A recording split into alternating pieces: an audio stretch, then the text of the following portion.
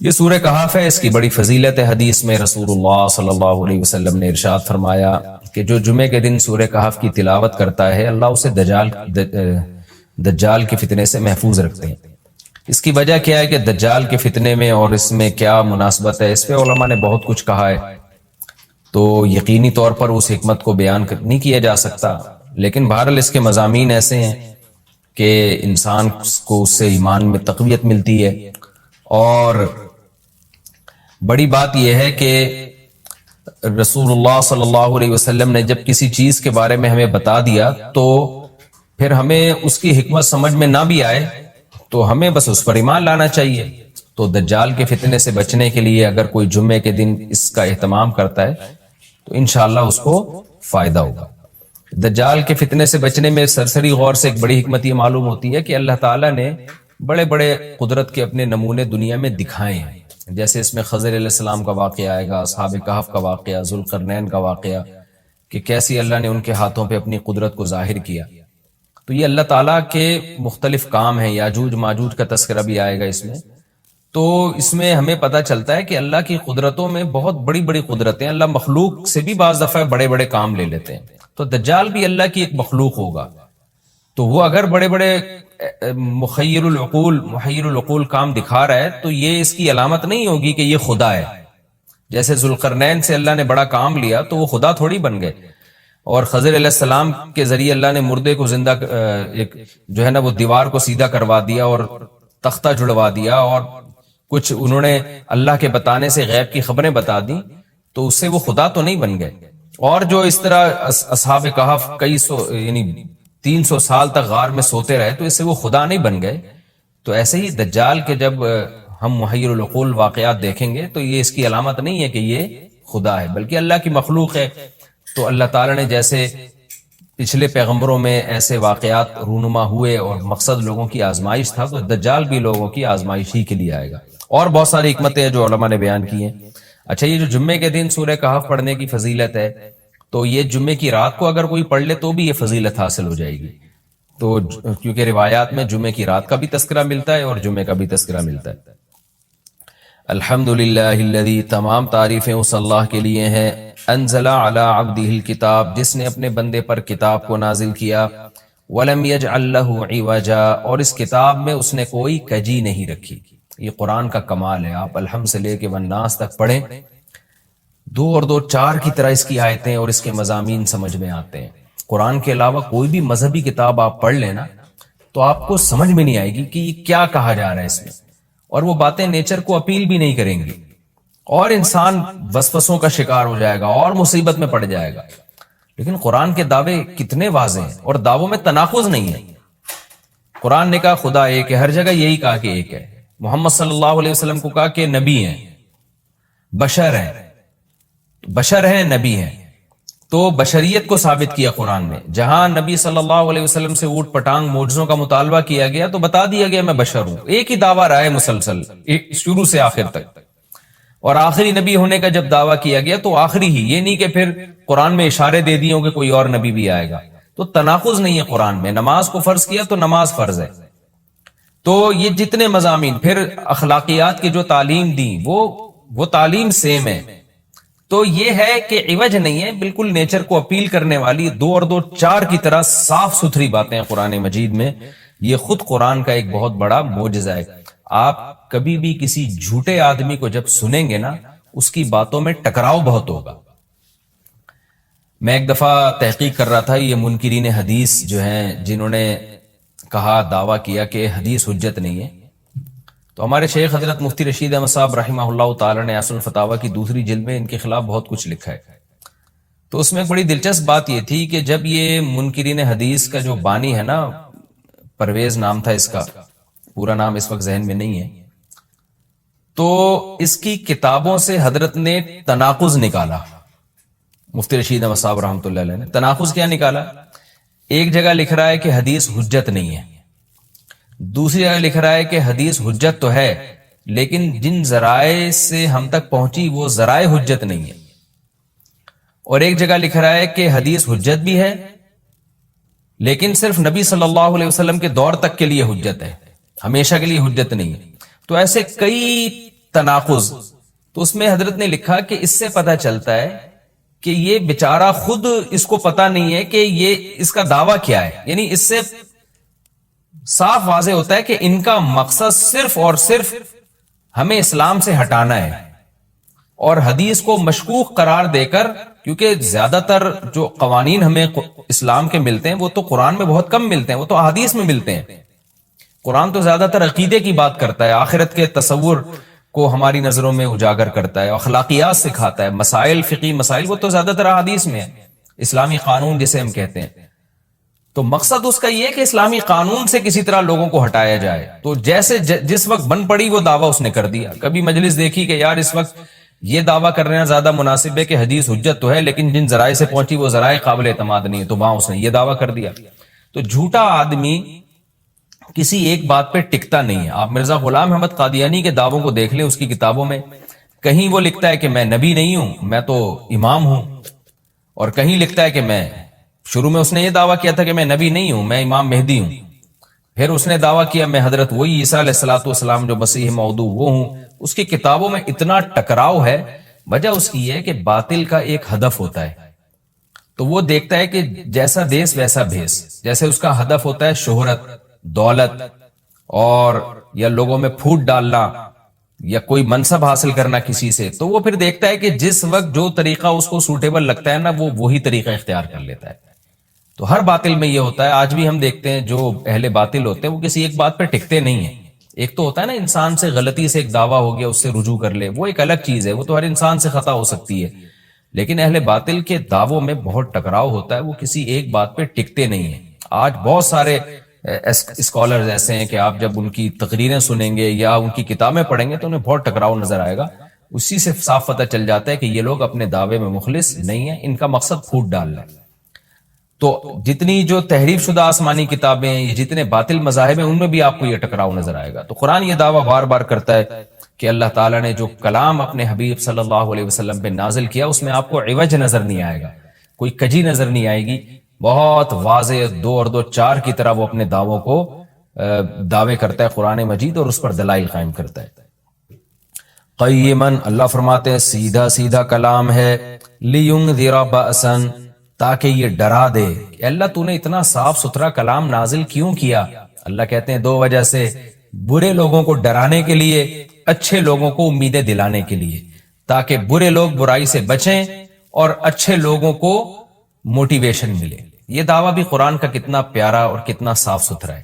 برائی کو ختم کرنا چاہتا ہے قرآن، اچھائی کو پروموٹ کرنا چاہتا ہے. لینذر باسا شدیدا، ہم نے کیوں نازل کیا؟ تاکہ یہ ڈرا دے شدید عذاب سے، من لدنہ، اللہ کی طرف سے، یعنی اللہ کی طرف سے ڈرا دے. وَيُبَشِّرَ الْمُؤْمِنِينَ، اور ایمان والوں کو خوشخبریاں سنا دے. کون سے ایمان والے؟ الَّذِينَ يَعْمَلُونَ الصَّالِحَاتِ، جو اچھے اعمال کرتے ہیں. کیا خوشخبری سنا دے؟ أَنَّ لَهُمْ أَجْرًا حَسَنًا، کہ ان کو اجر ملے گا بہت اچھا، اور ایسا اجر ملے گا مَاكِثِينَ فِيهِ أَبَدًا، رہیں گے اس اجر میں وہ ہمیشہ ہمیشہ. وَيُنذِرَ الَّذِينَ قَالُوا، اور تاکہ یہ کلام ڈرا دے ان لوگوں کو، الَّذِينَ قَالُوا، جو کہتے ہیں اتخذ اللہ ولدا. اللہ نے ڈرانے کا ذکر 2 دفعہ کیا، اس لیے کہ ایک تو عام لوگ جو برے ہوتے ہیں ان کو ڈرا دے، اور مشرکین میں خاص طور پر یہ برائی تھی کہ یہود و نصارہ کی باتوں میں آ کے اللہ کے لیے اولاد ٹھہرا لیا کرتے تھے. وہ فرشتوں کو بیٹیاں کہہ دیا، یا عیسائیوں کی باتوں میں آ کے اللہ کے لیے اولاد ٹھہرا دی. تو اس لیے اللہ نے خاص طور پر ان مشرکین اور ان کافروں کا ذکر کیا جو نبی صلی اللہ علیہ وسلم کے دور میں اللہ کے لیے اولاد ٹھہراتے تھے، کہ اللہ ان کو بھی ڈرا دیا جائے. وَيُنذِرَ الَّذِينَ قَالُوا، اور ڈرا دے ان لوگوں کو جو کہتے ہیں اتخذ اللہ ولدا، کہ اللہ نے ٹھہرا لی ہے اولاد. سورہ کہف بھی مکی صورتوں میں سے ہے نا، تو اس میں بھی توحید کا مضمون بہت ہوگا. مَا لَهُم بِهِ مِنْ عِلْمٍ، نہیں ہے ان کے لیے اس دعوے پر کوئی دلیل. وَلَا لِآبَائِهِمْ، اور نہ ان کے باپ دادا کے پاس کوئی دلیل تھی. یہ اکثر کہتے تھے نا بھائی ٹھیک ہے ہمارے پاس دلیل نہیں ہے لیکن ہم اپنے باپ دادا کو فالو کرتے ہیں. تو اللہ کہتے تمہارے باپ دادا کے پاس کون سے اس دعوے کی کوئی دلیل تھی؟ اور یہ جملہ ہلکا نہیں ہے. کَبُرَتْ کَلِمَةً، بہت بڑا ہے یہ کلمے کے اعتبار سے. ایسا کلمہ جو ان کی منہ سے نکلتا ہے، منہ سے نکلنے والا کلمہ یہ بہت بڑا کلمہ ہے، بہت بھاری ہے زمین اور آسمان پر، کہ اللہ کے لیے اولاد ٹھہرا دی۔ ان یقولون الا کذبا، نہیں بولتے یہ لوگ مگر نرا جھوٹ بولتے ہیں یہ۔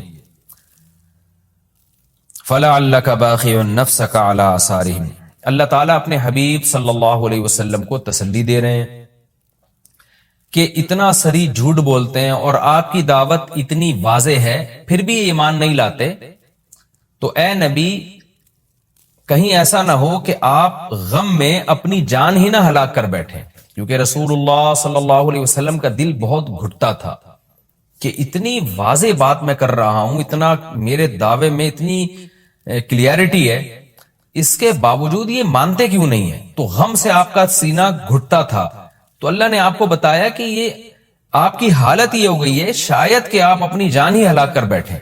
دیکھیں اللہ کا شاید یہ ہماری زبان میں اللہ ہم سے بات کرتے ہیں نا، ورنہ اللہ کے لیے تو شاید نہیں، اللہ کے لیے جو چیز ہوتی ہے یقینی ہوتی ہے۔ تو یہاں شاید کا مطلب کیا ہوگا کہ کوئی بھی دیکھنے والا آپ کی کنڈیشن کو دیکھے نا اس وقت، تو وہ کہے گا کہ آپ کی موت نہ واقع ہو جائے، اتنا غم ہے آپ کو۔ تو مقصد ہے غم کی شدت کو بیان کرنا۔ تو اللہ فرماتے ہیں شاید کہ آپ اپنی جان ہی ہلاک کر بیٹھے ان کے پیچھے، یعنی ان کے غم میں، اگر یہ لوگ اس قرآن پر ایمان نہ لے کر آئے، اسفا، افسوس اور غم میں آپ کی جان ہی کہیں آپ ہلاک نہ کر بیٹھیں۔ پھر آگے اللہ بتا رہے ہیں کہ یہ ایمان کیوں نہیں لے کر آتے۔ آپ غم نہ کریں، آپ کی دعوت میں کوئی کمی نہیں، آپ کے دلائل میں کوئی کمی نہیں، ایمان نہ لانے کی وجہ ہم بتاتے ہیں کیا ہے۔ کچھ لوگ لائیں گے، کچھ نہیں لے کر آئیں گے، وجہ کیا ہے وہ ہم بتا رہے ہیں اگلی آیت میں، انا جعلنا ما علی الارض، ہم نے بنایا ہے ہر اس چیز کو جو زمین کے اوپر ہے، زینت اللہ، زمین کے لیے، یعنی زمین والوں کے لیے زینت، اٹریکٹیو بنایا ہم نے۔ زمین اجڑی ہوئی ہوتی، کسی کا دل ہی نہ لگتا زمین میں، تو سارے آخرت ہی کی فکر میں لگ جاتے، لیکن زمین میں اٹریکشن ایسی پیدا کر دی ہے کہ یہ اللہ سے غافل کرتی ہے، حق سے دور کرتی ہے۔ ہر آدمی اس زمین کی زینت کو حاصل کرنے کی کوشش کرتا ہے۔ زینت وہ چیز ما یتزین، جو مزین ہوتی ہے اور جس کی طرف انسان کی اٹریکشن ہوتی ہے، چاہے حقیقت میں وہ اٹریکشن کے قابل ہو یا نہ ہو۔ جیسے گندگی کا ڈھیر ہے، اٹریکشن نہیں ہوتی، لیکن آپ نے اس کے اوپر ایک خوبصورت ململ کا کپڑا ڈال کے خوشبو چھڑک دی، تو اب وہ دیکھنے میں بھلی لگنے لگے گی۔ تو جو چیز دیکھنے میں بھلی لگتی ہے اس کو مزین کہا جاتا ہے، چاہے حقیقت میں ہو یا نہ ہو۔ تو اللہ نے کہا کہ ہم حقیقت میں زمین اچھی ہے یا نہیں ہے یہ لوگ اس کو نہیں دیکھتے، بس اٹریکٹیو ہے اس کو دیکھتے ہیں کہ اس کا یہ اٹریکٹ کرتی ہے اپنی طرف۔ حقیقت میں دیکھا جائے تو مسافر خانہ ہے نا، کتنی بھی مل جائے تو ختم ہونے والی ہے، تو فنا ہونے والی چیزوں سے کون دل بہلاتا ہے۔ لیکن اللہ بتا رہے کہ ہم نے چونکہ اس کو مزین کر دیا ہے، تو اس مزین ہونے کا نتیجہ یہ ہے کہ کچھ لوگ اس میں پڑھ کے اللہ کو بھول جاتے ہیں اور کچھ اس کی حقیقت کو دیکھ کر اللہ کو یاد رکھتے ہیں۔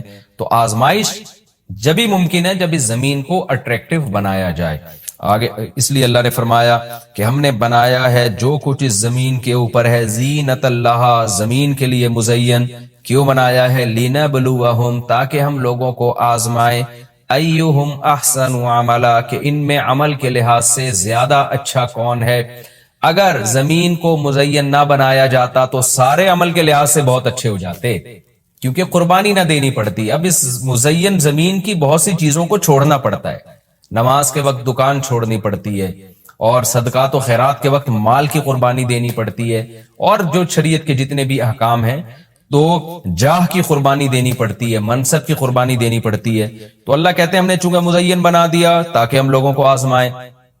تو ظاہر ہے جب آزمائش ہوتی ہے تو اے نبی کچھ لوگ کامیاب ہوتے ہیں اور کچھ لوگ ناکام ہوتے ہیں۔ تو آپ چاہتے ہیں کہ ساری دنیا ایمان لے آئے، سارے نیک بن جائیں، یہ آپ کی چاہت پوری نہیں ہو سکتی، کیونکہ امتحان میں 100% لوگ کامیاب عام طور پر نہیں ہوا کرتے۔ وَإِنَّا لَجَاعِلُونَ مَا عَلَيْهَا صَعِيدًا جُرُزًا، اور یاد رکھو جو کچھ زمین کے اوپر ہے ہم اس کو بنانے والے چٹیل میدان۔ یعنی اللہ نے جب یہ کہا نا کہ زمین کے اوپر کی چیزوں کو ہم نے مزین کر دیا، تو آگے نافرمانوں کو ایک دھمکی بھی دے دی ہے کہ تم جو اس میں پڑھ کر ایمان سے اور نیک عمل سے غافل ہو رہے ہو کہ بھئی اتنی اٹریکشن ہے، تو اس کا ایک دوسرا پہلو بھی ہے۔ وہ پہلو کیا ہے؟ چٹیل میدان بن جائے گی، سب تباہ و برباد ہو جائے گا۔ یعنی ایگزامینیشن ہال میں جب جو نعمتیں آپ کو دی جاتی ہیں وہ ہمیشہ کے لیے تھوڑی دی جاتی ہیں، وہ تو اس وقت تک کے لیے دی جاتی ہیں جب تک امتحان چل رہا ہے، اس کے بعد وہ لے لی جاتی ہیں واپس. تو اسی طرح اللہ اس زمین کو ختم کر دیں گے، اور تب پوری ترقی، جو انسان کی جتنی بھی ترقی ہے زمین میں اور کائنات میں، ساری زمین بوس ہو کے ختم ہو جائے گی، اور اللہ تعالی جس مقصد کے لیے انسان کو پیدا کیا گیا اس مقصد کے بارے میں انسان سے سوال کریں گے. ام حسبت ان اصحاب الکہف والرقیم. قرآن نے یہ کچھ تمہید بیان کی کہ یہ دنیا آزمائش کے لیے اور سب کچھ ختم ہو جائے گا، جو قرآن کا اصل مقصود ہے. اب قرآن ایک واقعے کی طرف آتا ہے. مشرکین مکہ یہود و نصارہ سے بہت سی چیزیں سنا کرتے تھے، اور یہود آ کے ان کو چپکے چپکے گائیڈ کرتے تھے کہ جس نے نبوت کا دعویٰ کیا ہے نا، تم ان سے یہ سوال پوچھو، تم ان سے یہ سوال پوچھو. پھر یہود دیکھتے تھے کہ ہماری تورات کے مطابق جواب ملتا ہے کہ نہیں ملتا. تو ان کا یعنی خیال یہ تھا کہ محمد صلی اللہ علیہ وسلم جواب نہیں دے پائیں گے تو ہم بتائیں گے دیکھو ہماری تورات میں تو یہ لکھا ہے، اگر یہ اللہ کے نبی ہیں تو یہ تو ہر آسمانی کتاب یہ واقعہ بیان کرتی ہے، تو قرآن کیوں بیان نہیں کر رہا. تو یہودیوں نے آ کے مشرکین مکہ سے کہا. مشرکین مکہ نے نبی صلی اللہ علیہ وسلم سے سوال پوچھا. ان میں 3 سوال تھے. ایک روح سے متعلق جس کا سورہ بنی اسرائیل میں جواب دے دیا گیا، ایک حضرت ذوالقرنین سے متعلق کہ وہ کون سا بادشاہ تھا جس نے پوری دنیا پہ حکومت کی ہے، ان کا تذکرہ اللہ نے قرآن میں بیان کیا، اور ایک اصحاب کہف کے بارے میں. تو اب قرآن ان کے واقعے کو بیان کر رہا ہے. ام حسبت ان اصحاب الکہف والرقیم کانوا من آیاتنا عجبا. اے نبی آپ یہ سمجھتے ہیں کہ اصحاب کہف اور جبل والے، پہاڑ والے لوگ، غار اور پہاڑ والے لوگ کیا ہماری نشانیوں میں سے بڑی عجیب نشانی تھے؟ کیا آپ یہ سمجھتے ہیں؟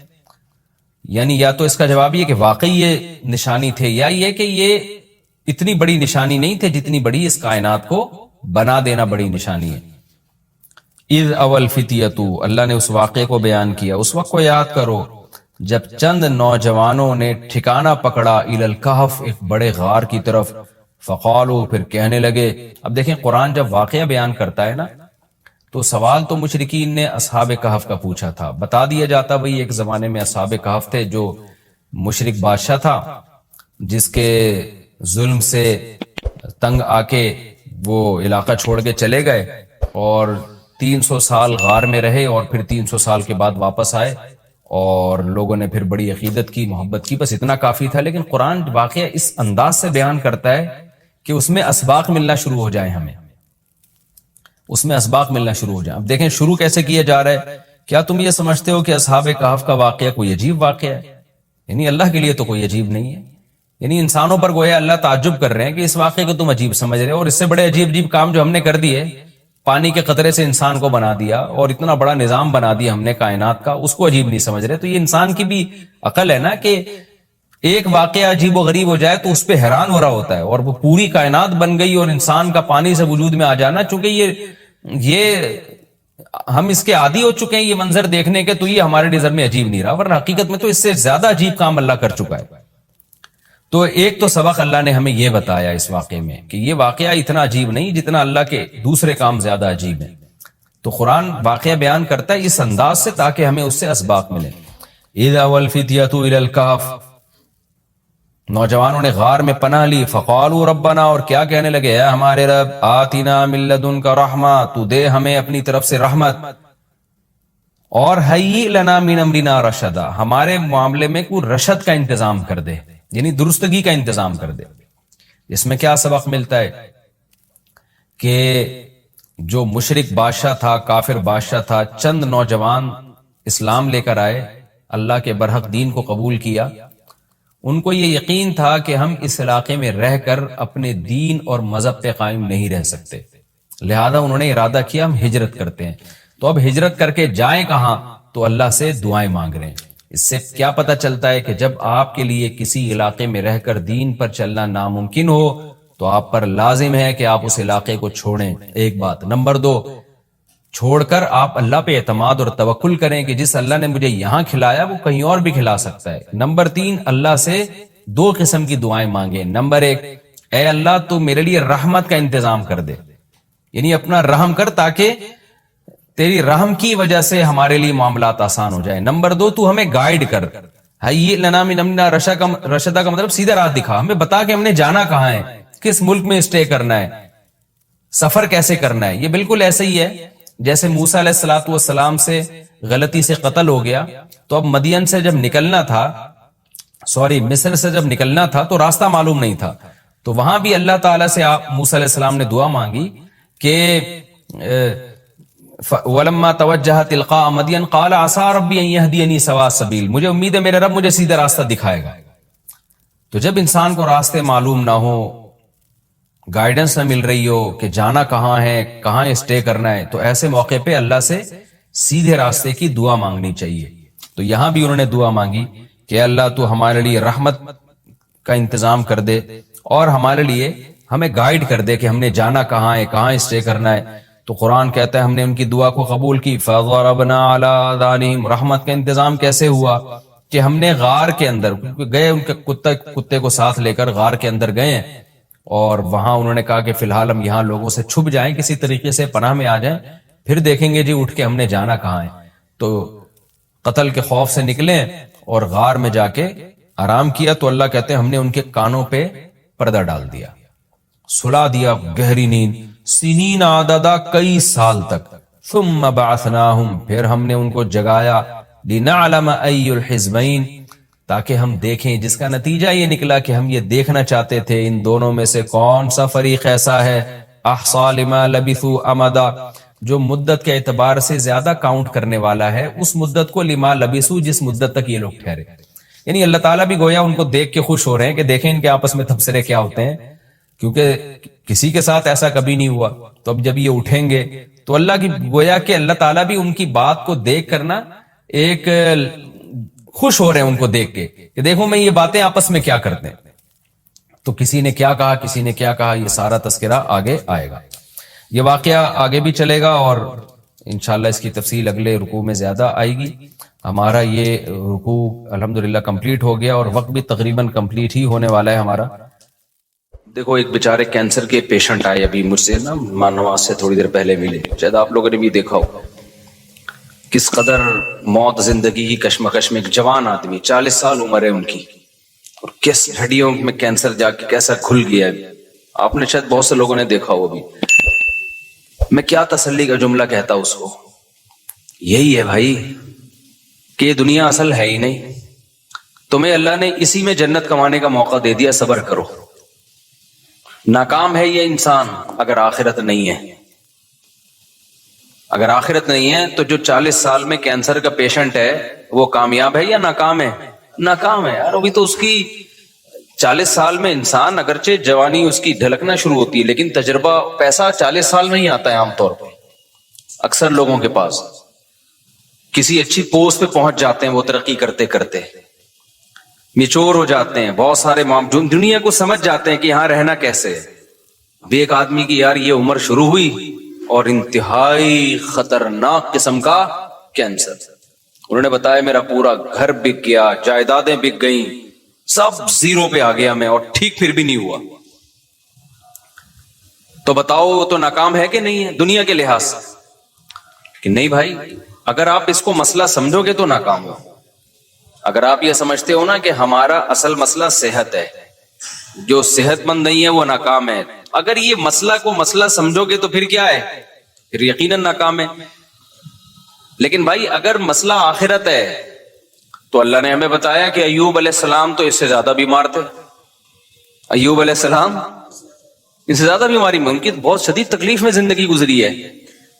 تو اللہ کسی کو صحت دے کے آزماتا ہے، کسی کو بیمار کر کے آزماتا ہے۔ خدا کی قسم جب میں کسی بیمار کو دیکھتا ہوں نا تو میں ڈرتا اپنے آپ سے ہوں کہ اللہ نے ہمیں صحت دے دی، اس کی آزمائش کم ہے، اس سے ایک سوال ہوگا کہ تو نے اس بیماری میں ناشکری تو نہیں کی، حرام کی طرف تو نہیں گیا۔ ہم سے 20 سوال ہوں گے، کیونکہ بیمار آدمی برائیوں سے بچتا ہے، صحت مند کے لیے برائیوں سے بچنا بہت مشکل۔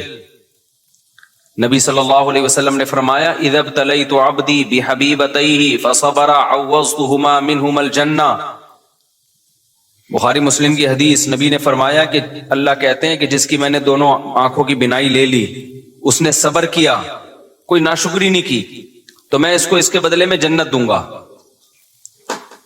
کیونکہ نابینا آدمی کے پاس ایک ہی ہے، وہ نہ فحش فلمیں دیکھ سکتا ہے، نہ وہ زنا کی طرف جائے گا. بدنظری ہوتی ہے پھر آگے زنا ہوتا ہے نا. نہ وہ نامحرم عورتوں کو دیکھے گا. 20 قسم کے گناہوں سے اللہ نے اس کو بچا لیا ہے. تو آخرت پر اگر یقین ہو نا تو آپ کو نابینا پہ ترس نہیں آئے گا, آپ کو آنکھوں والوں پہ ترس آئے گا کہ بھئی اس کا تو حساب, کیونکہ اس سے نماز روزے کا سوال ہوگا, وہ آسان ہے.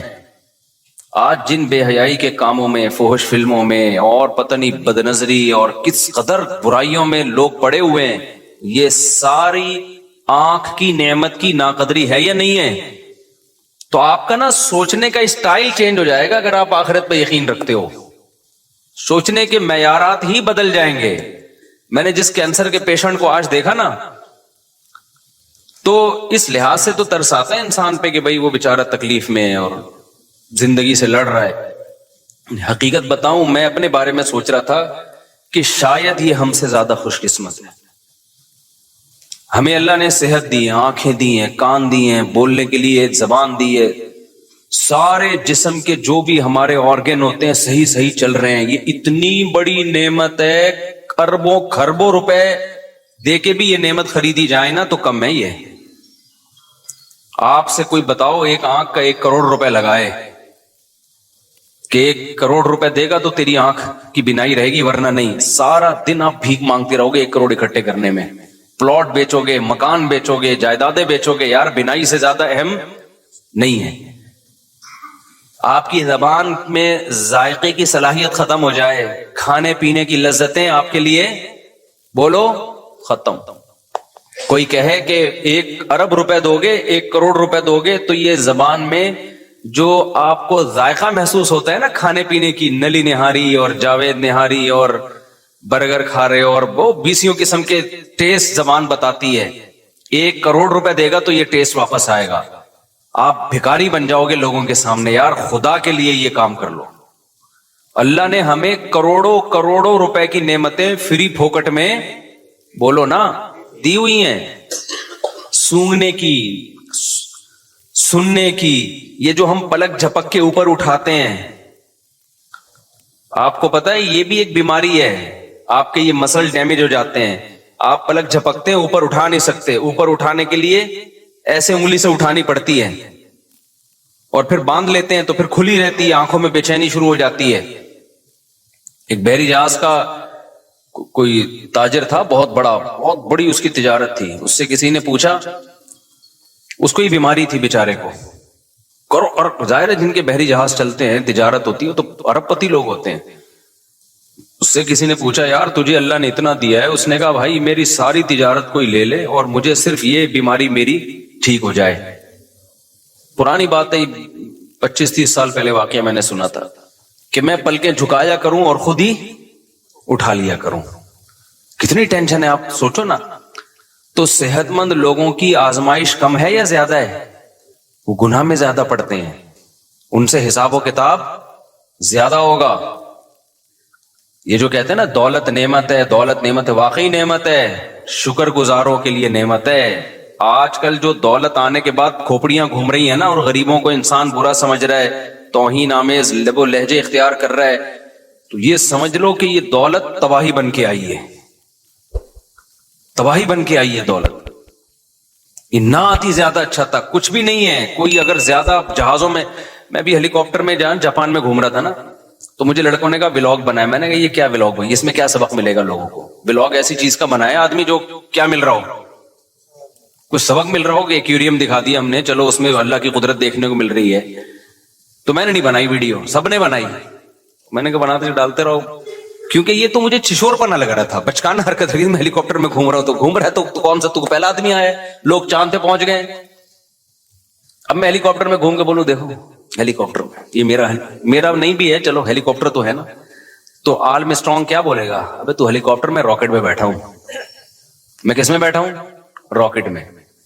اور یہ ہیلی کاپٹر میرا پہلا سفر نہیں ہے. ہیلی کاپٹر میں میرا یہ کون سا سفر ہے, یہ چوتھا یا تیسرا سفر ہے میرا ہیلی کاپٹر. میں بچپن سے ہیلی کاپٹر میں گھوما ہوں, تیسرا سفر ہے. وہ پہلا کب ہوا تھا, کہاں ہوا تھا, یہ نہیں بتاؤں گا. دوسرا کب ہوا, کہاں ہوا, یہ بھی نہیں بتاؤں گا. تو تیسرا تو پتہ ہی چل گیا, وہ ویڈیو میں آ گیا. تو یہ کوئی شو مارنے کی چیز تھوڑی. ہیلی کاپٹر میں بیٹھا ہوا ہے, گدھے پہ بیٹھا ہوا ہے, تو کیا ہو گیا؟ میری نظر میں اللہ کی قسم ہیلی کاپٹر میں گھومنے والا گدھے پہ بیٹھنے والا برابر. وہ بھی سواری ہے, یہ بھی کیا ہے؟ سواری ہے. تو اس میں کیا شو مارے آدمی ہے؟ جہاز میں بیٹھا ہوا ہوں, لوگ دکھا رہے تھے میں بزنس کلاس میں بیٹھا ہوا ہوں. میں تو کیا بیٹھا ہوا ہے تو تھوڑی دیر میں لیٹا ہوا ہوگا قبر کے اندر. بڑے بڑے آئے بزنس کلاس والے, اور میں نے تو پائلٹوں کے ساتھ بیٹھ کے سفر کیا جہازوں میں. اب یہ زیادہ ڈیٹیل میں نہیں جاؤں گا میں اس کی. تو اب اس میں کیا آدمی ہے کہ یہ بچکانا ہے, یہ سوچ کیا ہے؟ شاعر نے کہا ہے نا, ارے یہ کیا ظلم کر رہا ہے کہ مرنے والوں پہ مر رہا ہے, جو دم حسینوں کا بھر رہا ہے, بلند ذوق نظر نہیں ہے. تیری نظر کا ذوق بہت کیا ہے, پست ہے, جو تو مردار چیزوں پہ جان دے رہا ہے. میری گاڑی, میرا بنگلہ, میں ہیلی کاپٹر میں بیٹھا ہوں. یہ میرا ہیلی کاپٹر ہے, میں نے اپنے پیسوں سے لیا ہے. ایک زمانے میں گدھا ہیلی کاپٹر ہی سمجھا جاتا تھا جب سائنس نے اتنی ترقی نہیں کی تھی. اس وقت غریبوں کے پاس گدھے بھی نہیں ہوتے تھے. جس کے گدھا مارکیٹ میں بڑا مہنگا ہوتا تھا, تو جس نے گدھا خریدا نا, وہ غریبوں کو نیچا دکھانے کے لیے کہتا تھا میرا گدھا ہے میرا. غریب بیچارہ جھکتا جاتا, یار تیرے پاس تو 3 گدھے ہیں, میرے پاس ایک گدھا بھی نہیں ہے. تو جو یہ کہہ رہے ہیں میرا گدھا, میری گاڑی, یا میں ہیلی کاپٹر خریدوں گا, میں ہیلی کاپٹر میں بیٹھوں گا, میں جہاز خریدوں گا, تو جو یہ کہہ رہے ہیں نا, اس کا مطلب یہ بھی گدھا ہی ہے. یہ شو مارنے کی چیزیں نہیں ہیں, بچکانا حرکتیں ہیں. اور پھر میں بار بار ایک مضمون کو بتاتا ہوں. لوگ کہتے ہیں نا مفتی صاحب جہازوں میں گھوم رہے ہیں بالکل ہی اپنی, اب تو اب دیکھو کیا ہو گئے. خدا کی قسم کچھ بھی نہیں ہوتا ان چیزوں سے, ہمیں کوئی فیلنگ بھی نہیں ہوتی. کیونکہ جو پس ذہن کے لوگ ہوتے ہیں نا, ان کو لگتا ہے کہ اگلے کی پتہ نہیں مینٹل وہ چینج ہو رہی ہے. ہمیں تو یہ کھلونے لگتے ہیں.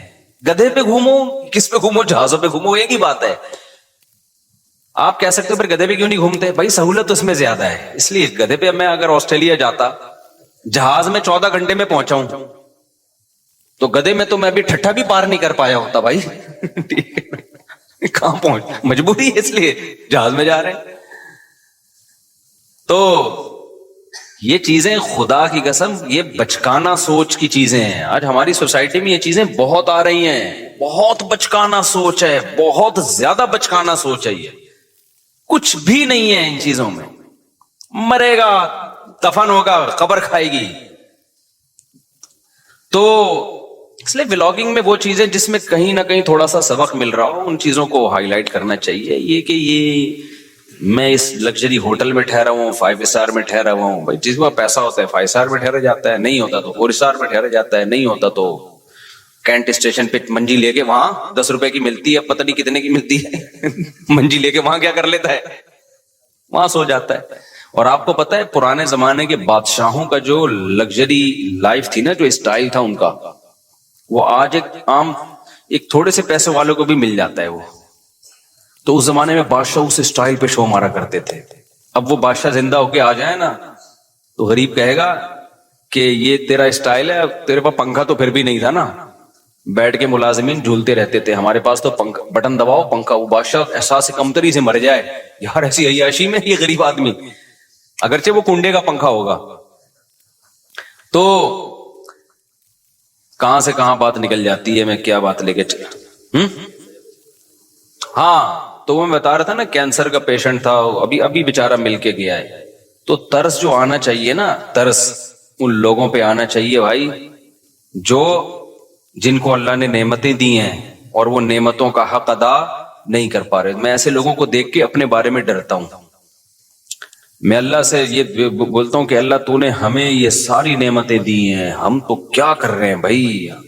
جو اللہ کے تقاضے ہیں, جو احکام ہے ہمارے اوپر, کیا ہم یہ دعویٰ کر سکتے ہیں کہ آنکھ کی نعمت کا ہم شکر ادا کر رہے ہیں؟ قل ارأیتم ان اخذ اللہ سمعکم وابصارکم. قرآن نے دھمکیاں بھی دی ہیں کہ اے نبی آپ ان سے کہہ دیجئے اگر اللہ تم سے دیکھنے کی طاقت چھین لے, اندھا کر دے تمہیں, اور اللہ تم سے سننے کی طاقت چھین لے, بہرا کر دے, من الہ غیر اللہ, کون ہے اللہ کے سوا جو یہ نعمتیں لوٹا دے تمہیں دوبارہ, تو یہ اس کی رحمت ہے کہ نہیں چھین رہا، وہ نہیں چھین رہا.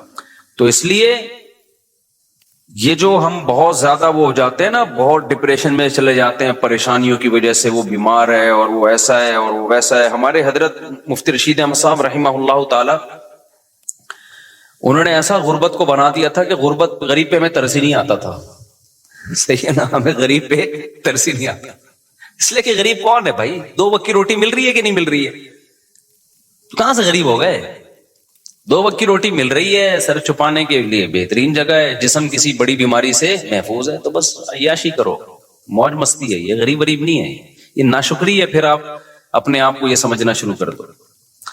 یہیں سے میں ایک چھوٹی سی بات بتا کے آگے بیان کو کنٹینیو کرتا ہوں. میرے ایک بیان پہ لوگوں نے اعتراض کیا ہے. میرا ایک تاجروں میں نا بیان ہوا تھا جس میں میں نے تجارت کی بڑی فضیلت بیان کی.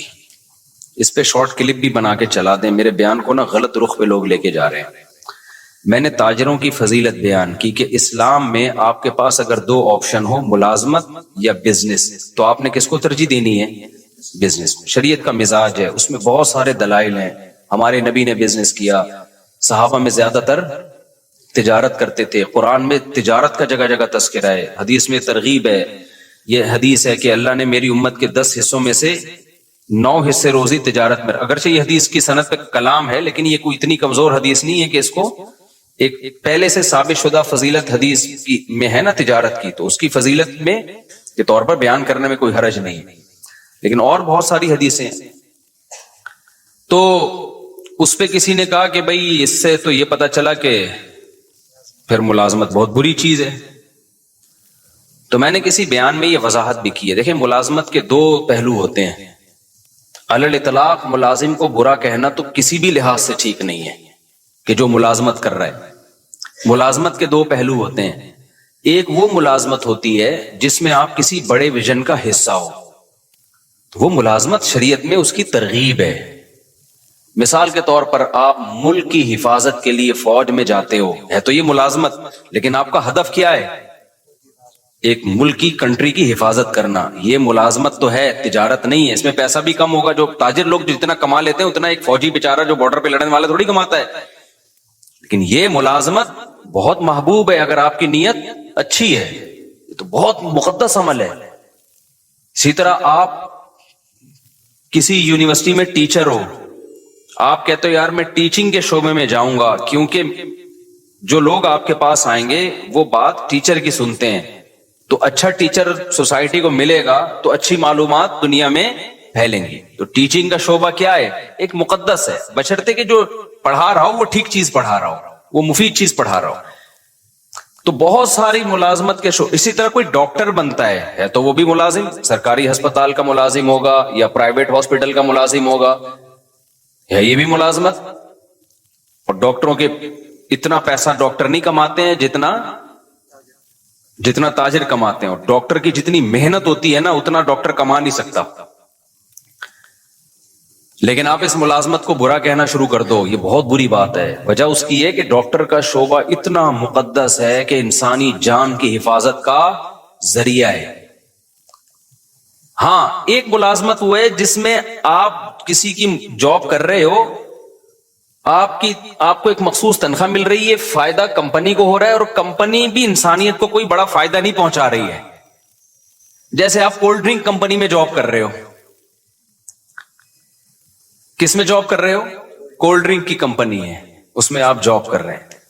تو آپ کو ایک مخصوص تنخواہ مل رہی ہے، آپ نے چاپلوسی بھی کر رہے ہو باس کی، اور آپ مکھن بھی لگا رہے ہو، اور ڈانٹ بھی پڑ رہی ہے، گالیاں بھی مل رہی ہیں. فائدہ کون اٹھا رہا ہے؟ کمپنی. اٹھا لے فائدہ، کوئی مسئلہ نہیں ہے، لیکن انسانیت کو کیا دے رہی ہے وہ فائدہ اٹھا کے؟ کچھ بھی نہیں دے رہی. شوگر کے مریض بنا رہی ہے، لوگوں کا ویٹ کیا کر رہی ہے؟ گٹکا کمپنی میں جاب کر رہے ہو آپ، پان کمپنی میں، سگریٹ کمپنی میں جاب کر رہے ہو. تو بھائی ایسی جگہ جاب کرو جہاں انسانیت کو فائدہ ہو. تو اب سمجھ میں آئی بات؟ جہاں تجارت اور ملازمت میں ٹکراؤ ہو، تو ملازمت اگر اس نوعیت کی ہے کہ جس میں کسی بڑے ویژن کا جو انسانیت کے لیے فائدے والا ویژن ہو، آپ اس کا اگر حصہ بن رہے ہو، تو پھر تو وہاں ملازمت زیادہ بہتر ہے تجارت سے.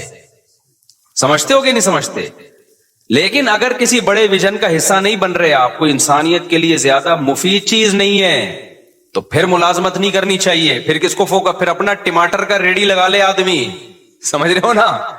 باس کی چاپلوسی سے بہتر ہے کیا لگا لے؟ ٹماٹر کی ریڈی لگا لے آدمی. اس کو ہم وہ کرتے ہیں، اس کی ہم حوصلہ شکنی کرتے ہیں، اس ٹائپ کی ملازمتوں کی. لیکن حوصلہ شکنی کرنے کے باوجود بھی ایسے ملازمین کو برا بلا نہیں کہتے ہم. وجہ اس کی یہ کہ یہ اللہ کا بنایا ہوا نظام ہے کہ سارے تاجر بن نہیں سکتے. کیونکہ جب آپ تجارت کرو گے تو تجارت بڑے پیمانے پر چلانے کے لیے آپ کو ملازمین چاہیے. یہ دنیا کا نظام ہے، یہ اللہ کا نظام ہے. اللہ تعالیٰ فرماتے ہیں ہم نے ان کے درمیان معیشت کو، رزق کو تقسیم کر دیا ہے. لیتخذ بعضهم بعضا سخریا، سب کو ایک جیسی دولت نہیں دی ہے تاکہ بعض لوگ بعض کو کیا بنائیں، اپنے ماتحت رکھیں. یہ دنیا کا نظام ہے، یہ چینج نہیں ہو سکتا. تو کوئی بھی بڑا بزنس مین جو ملازموں کو اور جو جاب کرنے والوں کو گالیاں دے رہا ہے نا، تو آپ اس کو بولا کرو تیرے پاس جو لوگ جاب کر رہے ہیں نا، سب سے پہلے تو ان کے منہ پہ جا کے گالیاں دے کے ریکارڈنگ کر کے ڈال دے کہ جو چوکیداری کر رہے ہیں نا تیرے گیٹ کی، یہ بے غیرت ہے، ٹھیک ہے نا، یہ چوکیداری کر رہے ہیں.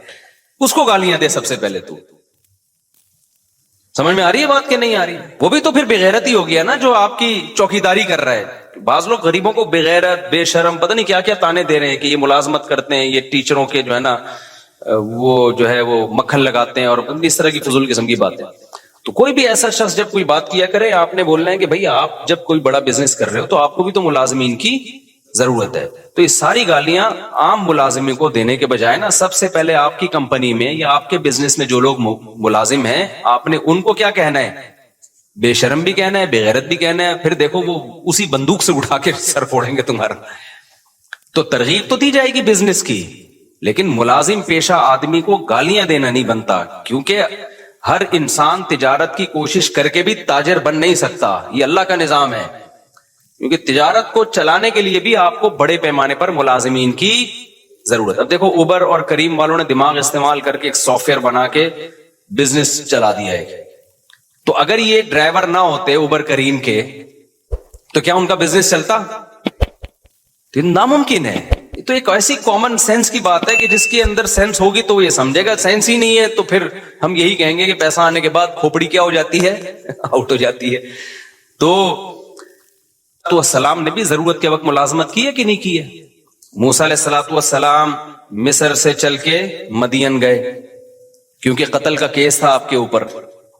تو آپ مدین گئے ہیں تو اب وہاں کیا بزنس کرتے بھائی؟ تو موسیٰ علیہ السلام کو پھر 10 سال کے لیے ملازمت ملی بکریاں چرانے کی. تو موسیٰ علیہ السلام نے چرائی بکریاں، 10 سال چلائیں. تو آپ اگر خدا نخواستہ ملازمین کو علی الاطلاق برا بلا کہنا شروع کر دو گے کہ جاب بری ہے تو کس پر اعتراض ہوگا؟ موسیٰ کلیم اللہ جن کی لاکھوں کروڑوں انسان جن کی خاک کے برابر بھی نہیں ہے. تو اس لیے ہم بھی یہ کہتے ہیں بھائی تجارت کو ملازمت پہ ترجیح دو، کوشش کرو. لیکن اگر نہیں ہو پا رہا ہے، یہ ہر ایک میں نہیں ہو پائے گا، یہ تو جو ہو دنیا کو مسافر خانہ سمجھ کے بولو گزارا چلاؤ، کوئی بات نہیں یار. جو کروڑ پتی بزنس کرنے والے ہیں وہ بھی لمبے ہو جائیں گے تھوڑے دنوں میں، اور جو بیچارہ کہیں چوکیداری کر رہا ہے وہ بھی قبر میں جا کے کیا ہو جائے گا.